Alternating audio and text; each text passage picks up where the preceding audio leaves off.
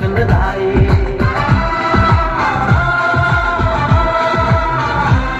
जहाँ जंग पे जाए सिपाही तो खुद सजनी तिलक लगाए। मुँह से तो कुछ ना बोले दिल के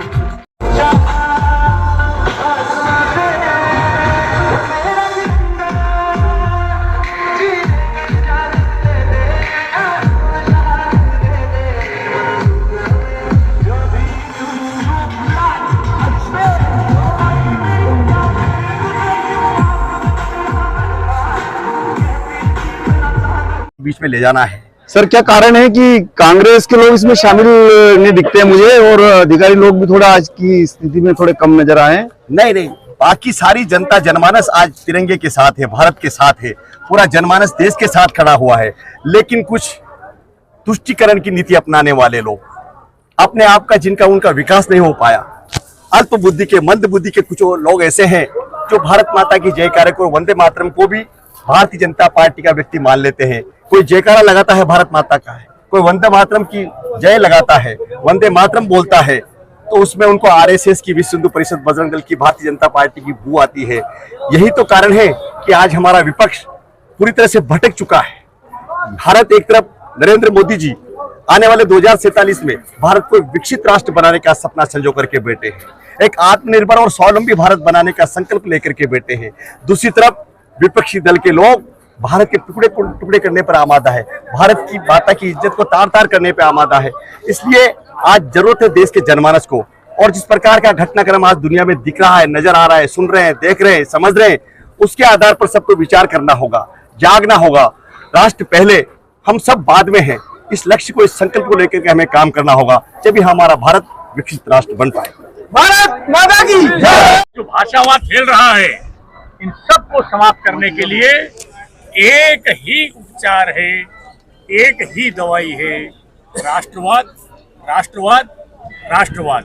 और राष्ट्रवाद का अलग जगाने के लिए ये आदरणीय नरेंद्र मोदी जी के मार्गदर्शन में, नरेंद्र मोदी जी की प्रेरणा से हर नागरिक के मन में राष्ट्रवाद का भाव जागृत हो, हर व्यक्ति अपने घर पर राष्ट्रीय ध्वज तिरंगा फहराए। हम सब इसी के लिए यहाँ पर आए हैं। मैं आपके माध्यम से इस देश के सारे देशवासियों को आह्वान करता हूँ, उन्हें बधाई भी देता हूँ, अग्रिम बधाई देता हूँ, और आह्वान करता हूँ कि हम सब अपने अपने घर के ऊपर 15 अगस्त या उसके पहले आज से ही राष्ट्रीय ध्वज फहराएं और राष्ट्रवाद का अलग जगाने में अपनी भूमिका निभाएं, अपना भी उसमें योगदान दें। सर राष्ट्रीय त्योहार के तो है, इसलिए पूछने में आ रहा है कि पड़ोसी देश बांग्लादेश से भी कुछ ऐसी घटनाएं घट रही है, तो उसको लेके हमारी सरकार कुछ कदम उठा रही है या कोई ऐसी चीजें? बिल्कुल, भारत पूरी तरह से चौकस है। हमारे देश के आदरणीय प्रधानमंत्री जी, हमारे रक्षा मंत्री जी, पड़ोसी देशों की जो भी घटनाएं हो रही है उनके ऊपर पूरी निगाह लगा करके बैठे हैं, पूरी तरह से चाक चौबंद हैं, उसमें कोई दिक्कत नहीं है।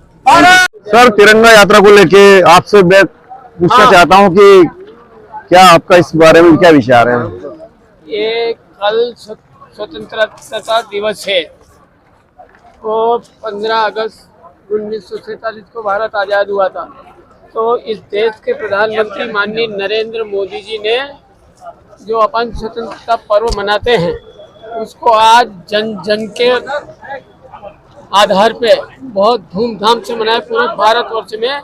और पूरे भारतवर्ष में तिरंगा यात्रा निकाली गई है माननीय नरेंद्र मोदी जी के मार्गदर्शन में, और उसी का परिणाम है कि आज जिन्होंने अपनी कुर्बानियां दी थी देश को आज़ाद कराने में, उसको याद को ताज़ा करने के लिए सारे कार्यकर्ता और नगर नगर से लोग, हर गांव से लोग आज तिरंगा यात्रा लेकर आए थे।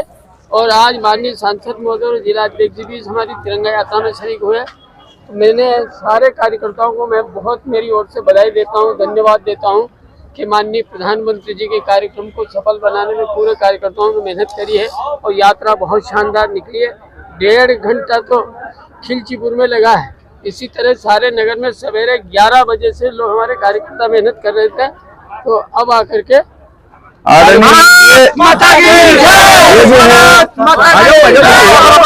खिलचीपुर विधानसभा क्षेत्र के विधायक थे जिन्होंने